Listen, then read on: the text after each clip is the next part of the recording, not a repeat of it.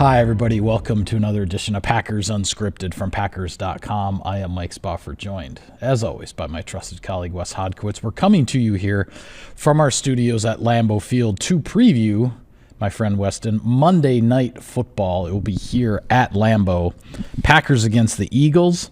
The Eagles coming in at 6-2. They are the defending Super Bowl champs. They are the team that beat the Packers twice last year, week 1 in Brazil, and then in the wild card round at the Link, on their way to that Super Bowl title. A little bit of a hiccup. Actually, in a span of 5 days, a Sunday, Thursday, they dropped a couple of games. But other than that, they have looked every bit the contender to potentially repeat as Super Bowl champions that everybody thought they would be coming off of that title. Yeah, and Mike, when you look at the Philadelphia Eagles, and you and I have talked about this before, actually even right before the show, Howie Roseman, Nick Sirianni, what they've built in Philadelphia, it has really become the standard, the foundation for way NFL franchises want to build their teams now, right? Because they've been really successful throughout the draft. They've added some really good football players, but at the same time, they've gone out and they've found some really good football players too. I mean, when you look at the Saquon Barkley deal last year, that is going to go down as one of the most consequential free agent signings in NFL history. Yep. When you consider not only winning the Super Bowl, but the fact you took away one of your division rivals' best players, if not the best player, right? So it's been a weird year for them. They got out of the gate. They beat Kansas City. They beat the Rams. They beat Tampa Bay. I mean, all front runners, also two of the top teams in the NFC. Now we'll go up against another one here against the Packers. They had a setback against Denver. They had that blimp on the radar against the Giants, but because of the way they structured this thing, 17 days later, they were able to avenge that loss to the Giants. They got the bye. They went in riding high. And yeah, this is a rested and confident Philadelphia Eagles team that's coming into Green Bay. The one benefit, though, as you outlined all that stuff, the Packers finally get them at Lambeau. Yeah, the Packers are going to get them here at home.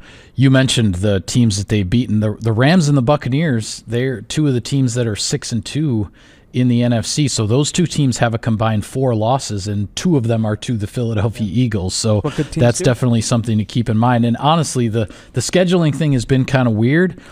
They blew the 17-point lead in the fourth quarter to Denver at home.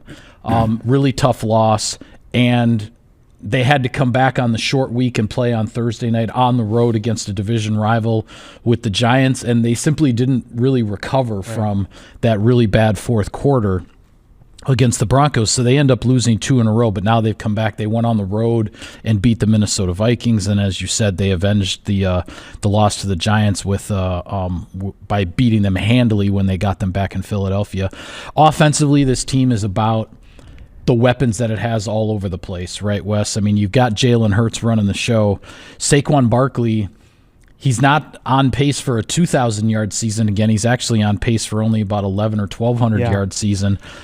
But Devontae Smith, A.J. Brown, I mean, Dallas Goedert, the tight end, has 7 touchdown catches in 8 games. So he's a big-time red zone weapon. And when I look at this offense, not only the personnel and how difficult they can be to match up with, but this is an offense that has turned the ball over only 3 times in 8 games. I mean, that's incredibly efficient. Yep. And it's a big reason the Eagles have posted 6 wins so far. The Eagles are a great illustration of situational football and why it's so important. Yeah. In many categories, they're rather pedestrian. You can look at all their yardage totals, very pedestrian, mostly middle of the pack, and in some ways, the bottom quarter of the league. But you look at the situational phases of this game, they're exceptional. And the thing I'm most impressed with is the fact that Jalen Hurts, despite being sacked 25 times, has thrown 1 interception.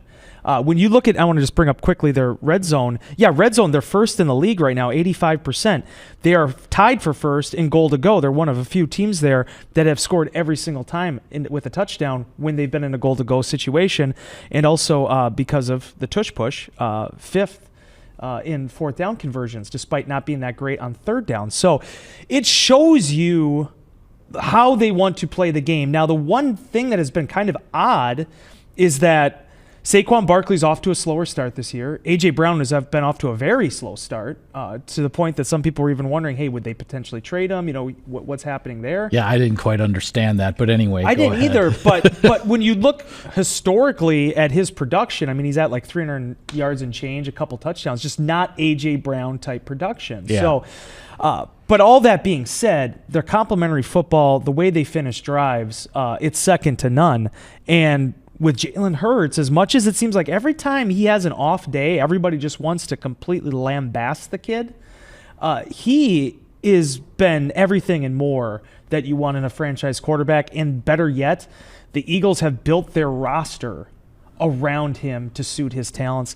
The last thing I'll say before I ship it back over to you, the fact that Lane Johnson's still doing it at a high level in 2025, 12 years after he was drafted, that draft class with David Bakhtiari, I think says a lot about him as well. Yeah, no doubt about it. The one thing that is kind of the head scratcher is what you mentioned, that Jalen Hurts has been sacked 25 times. And just for comparison purposes, folks, Jordan Love has been sacked 11 times this year, less than half of the amount of times that Jalen Hurts has been sacked.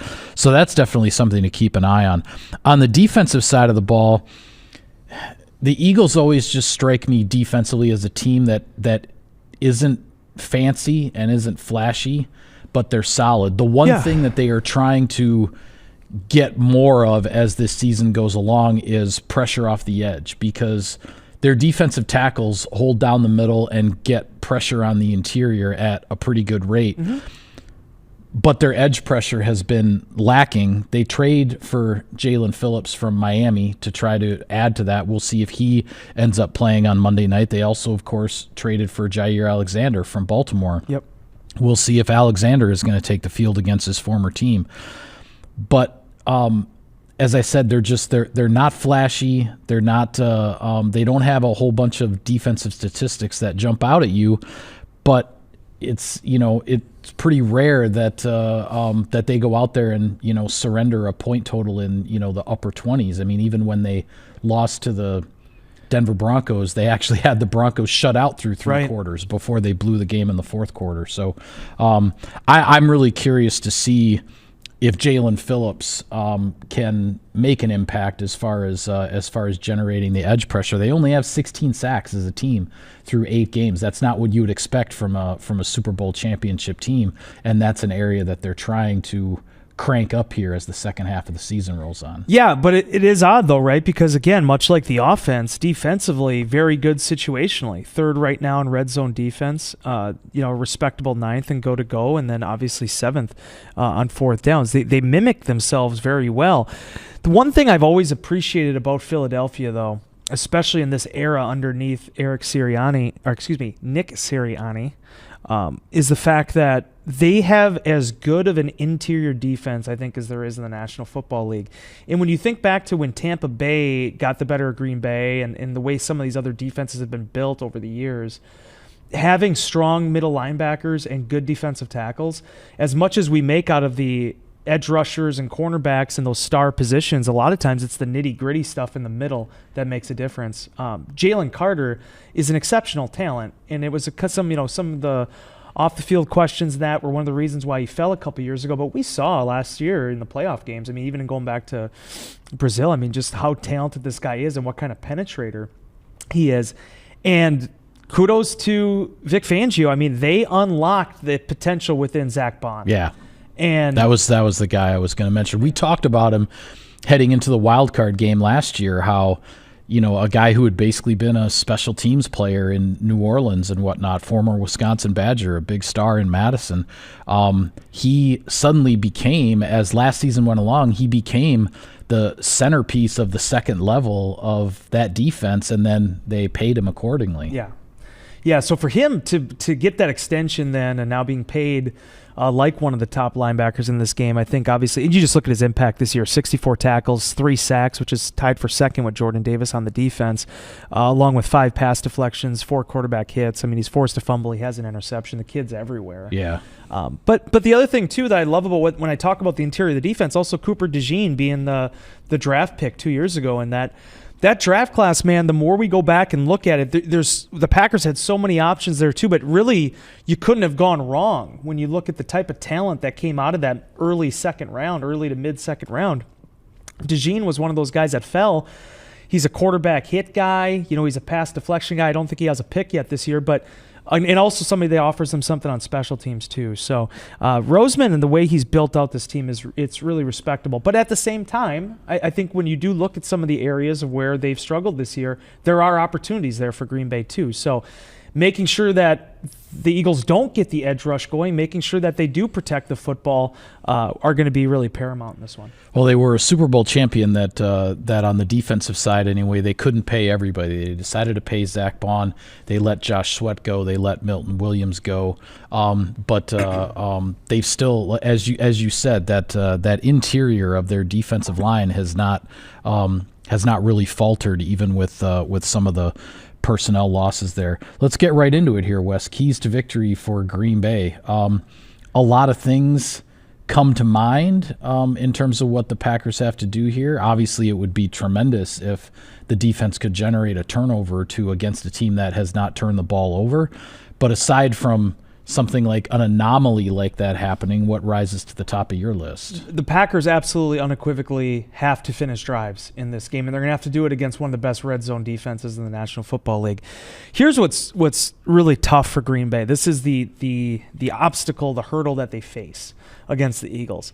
A lot of the areas that they fell short against the Panthers are areas that the Eagles are very strong in. And trying to find answers for that quickly and doing it against a team the caliber of the Eagles is going to be a supreme challenge. Now, that being said, as I talked about on Tuesday's show, there's a resiliency that this Packers team has shown this season that you hope will again show itself. And whether it be getting the run game established early, whether it's finding some solutions inside the red area, especially now that Tucker Kraft isn't there, that's going to be, I think, ultimately what dictates who wins and who loses in this game. The Packers very easily, because of the way that Philadelphia protects the ball, they could go without a takeaway in this game. If you get one, I think it would be a huge, huge thing that the Packers have to capitalize on.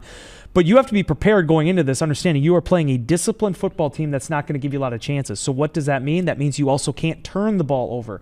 The Eagles are still only, I think, like +4 in turnover margin this year, even though they haven't had a lot of giveaways. They haven't had that many takeaways either. Okay. So the Packers have to win in that regard. Situationally, every single check mark and box that there is to be had is how you win this game. The Packers have to check those off. Yeah, and I'm with you totally on this one being a game that's going to come down to the red zone. When you're going up against a team that is first in the league in red zone offense and is in the top 5 in the league in red zone defense, you have to find a way to crack that code at some point in the game, multiple times, in fact, on both sides of the ball. You've got to be able to finish the drives on offense and not do what the Eagles have made a lot of teams do, which is kick field goals.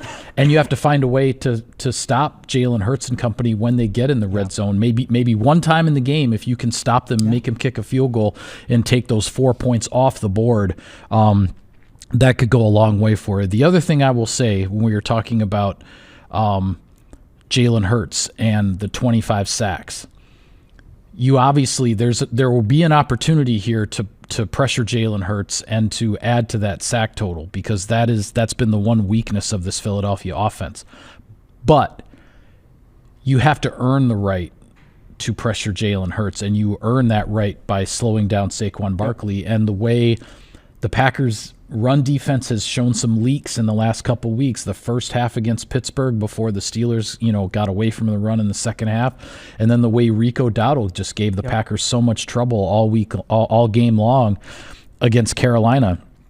The Packers are going to have to earn their right to get after Jalen Hurts with the pass rush and add to those 25 sacks, and that's going to start with not letting Barkley be the guy who's dictating the tempo and controlling the pace of this game. And for the last 3 years, Mike, that the Packers have seen Saquon Barkley, and I remember talking with Kenny Clark about this numerous times, they have done, by and large, a very good job against him.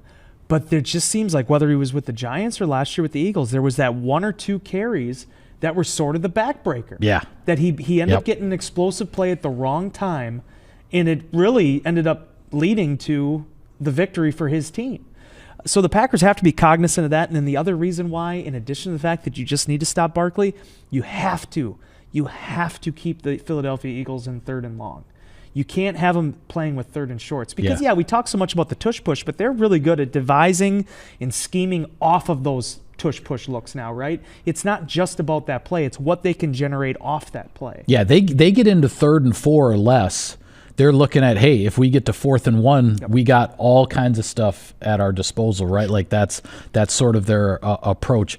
In a lot of ways, kind of like the Detroit Lions look at 4th down, except the Eagles have this tush push thing, and then everything that they do off of it to try to keep you honest. Yep. You're right. I mean, you can't let them live in 3rd and 4 or less, or your defense is just not going to be able to, at least consistently enough, get off the field.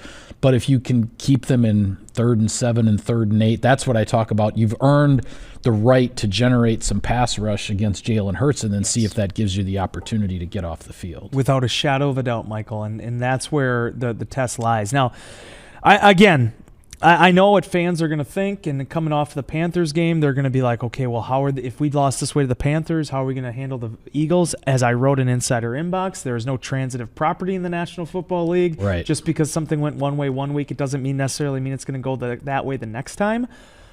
But that being said, the stakes are really high because the Packers, this is their home game number 5 now. There's only 3 more after this. Yeah. With 8 more games to play. You have to take advantage of it. Oh, and by the way, Green Bay Packers have still yet to lose under Matt LaFleur on Monday Night Football.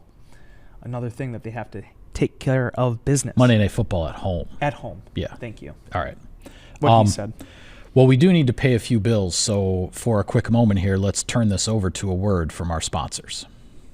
Sirius XM NFL Radio delivers hard-hitting analysis and up-to-the-minute NFL news that true football fanatics need 24/7, 365. At Cousin Subs, we have something for everyone, like our Wisconsin cheese curds, mac and cheese, golden fries, and creamy shakes, all paired with your favorite sub or sub in a bowl. Cousin Subs, 50-plus years of better. Pit Boss Grills, the official grill of Packers tailgating at Lambeau or at your house. Take your game day to the next level with a Pit Boss wood pellet grill. Pit Boss Grills available at Menards. Hey Packers fans, we always knew Lambeau Field was a wonder, but now it's official. Learn more about all the wonders of Wisconsin at travelwisconsin.com/wonders. Welcome back to Packers Unscripted. Wes, it's an interesting slate of games in Week 10 around the league. Fortunately for us, because the Packers play on Monday night, we actually might get to watch some of these games on Sunday. No, Sao Paulo Grand Prix, bruv. Oh, okay. Yeah, we got Formula One on Sunday, but yes, there will be some good games for everybody else to watch. The three that jump out to me, and there are more, but the 3 that jump out to me are Baltimore going to Minnesota. Huge game. With Minnesota now, they're back at home. J.J. McCarthy is back from his injury. They posted the big victory over the Detroit Lions on the road. So does Minnesota build on that with Baltimore now coming in, and Lamar Jackson is back from his injury and all of that? New England is at Tampa Bay, a pair of teams, I believe they're both 6-2. 7-2 New England. New England is 7. New England hasn't had a bye yet. So New England is 7-2. 7-2 versus 6-2 in a cross-conference game, AFC versus NFC. A very interesting matchup there with Tampa Bay being the home team. And then a big one in the NFC West. The Rams are at the 49ers. Rams are 6-2. The Niners are 6-3. They haven't had their bye week yet. That one, and of course the Seattle Seahawks are sitting there at 6-2 in that division as well. But Rams against the Niners, that one will have a big impact on that division race. And honestly, the Seahawks are hosting Arizona with Jacoby Brissett. I mean, the season's another NFC West matchup there. The season's on the brink there for the Cardinals, especially after they made this move to put Kyler Murray on injured reserve. So. 49ers, Rams, I mean, it has been that type of matchup, man. They go back and forth. Obviously, the Rams have gotten the better of that. What can they do here? Certainly, I think just from a random noon game standpoint, New England and Tampa is very intriguing. I mean, you have 2 dark horse candidates for the MVP there. So at the quarterback position, so that'll be fascinating to watch. But To me, I really do believe, I kind of jumped over you there earlier, but Baltimore-Minnesota is such a pivotal game because I don't think necessarily either team's season is over if they lose it, but whoever wins is going to be feeling really good about themselves because Baltimore is just trying to dig itself out of this hole that it got itself into at the beginning of the season, whereas the Vikings, for as much as went wrong midseason right before Carson Wentz went down, if they win that game, they're suddenly, 3-0, 3-1 now with J.J. McCarthy at quarterback. So they're feeling pretty good about themselves. So unfortunately for them, Aaron Jones did get hurt again. Shoulder and toe injury, did not have him practicing on Wednesday. They do have Jordan Mason, the former running back for the 49ers, who's been a really good complementary piece for them. But certainly getting Aaron back and getting him banged up again, not fantastic. Yeah, I'm curious to see in that particular matchup with J.J. McCarthy coming back, getting some things going for Minnesota. And, yeah, we don't know what the status will be with Aaron Jones. But Justin Jefferson, Jordan Addison, T.J. Hawkinson, we know all those weapons that Minnesota has.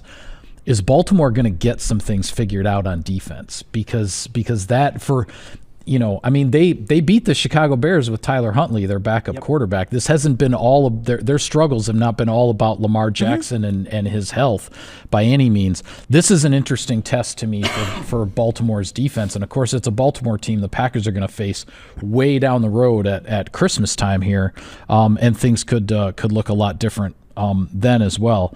But because – You know how this is, Wes. I mean, Lamar Jackson's such a dynamic player. If the Ravens start to get some things figured out on defense, they become an extremely dangerous team in a division where nobody's really putting it all together. Right. The Steelers are going, the Steelers lose to the Packers, then they beat the Colts, and the Cincinnati Bengals can't stop anybody, and the Cleveland Browns are where they are. The Baltimore Ravens are looking in their division like, hey, this is there for the taking. But if you can't get it figured out on defense and you can't go into Minnesota and get that win, you've created a bigger hill for yourself to climb. And then let's be honest too, Mike. I mean, there's 8 teams right now in the AFC that have a winning record. Kansas City's currently on the outside looking in at 5-4, but they're the only team that isn't in the playoffs right now that has a winning record in that conference. So a win here or there goes a long way for the Ravens, in addition to the fact that who wants to face the Baltimore Ravens in the wild card or divisional round if Lamar Jackson sneaks into the playoffs? No kidding. Which number 1, number 2 seed wants to face up with that, regardless of how many yards, regardless of how much production the Ravens defense is conceding? So a lot to watch in that regard. But for the Packers, as the situation aligns here, you have 2 back-to-back opponents against the NFC East, and then we are diving head first directly into the divisional slate. Yep.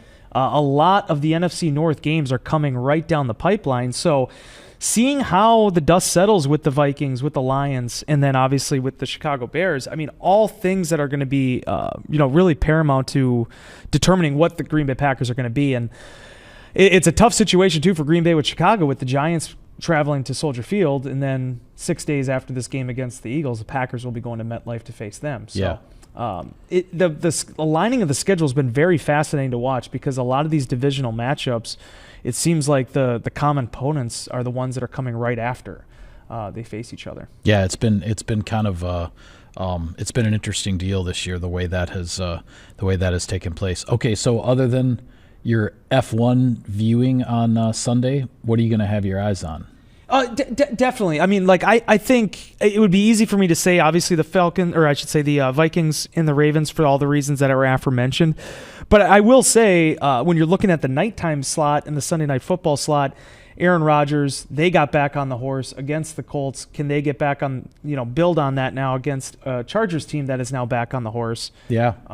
To your original point, Formula One and auto racing aside, it is a fantastic slate of Sunday games, especially in a week in which the NFL doesn't have the benefit of the Kansas City Chiefs playing, which seems like that's just been the primetime matchup on Thursday, Sunday, or Monday, or the game of the week. Or they're at 3:25 on Sunday, well, it should be fun. I'm looking forward to watching some football on Sunday and then gearing up for Monday Night Football at Lambeau Field.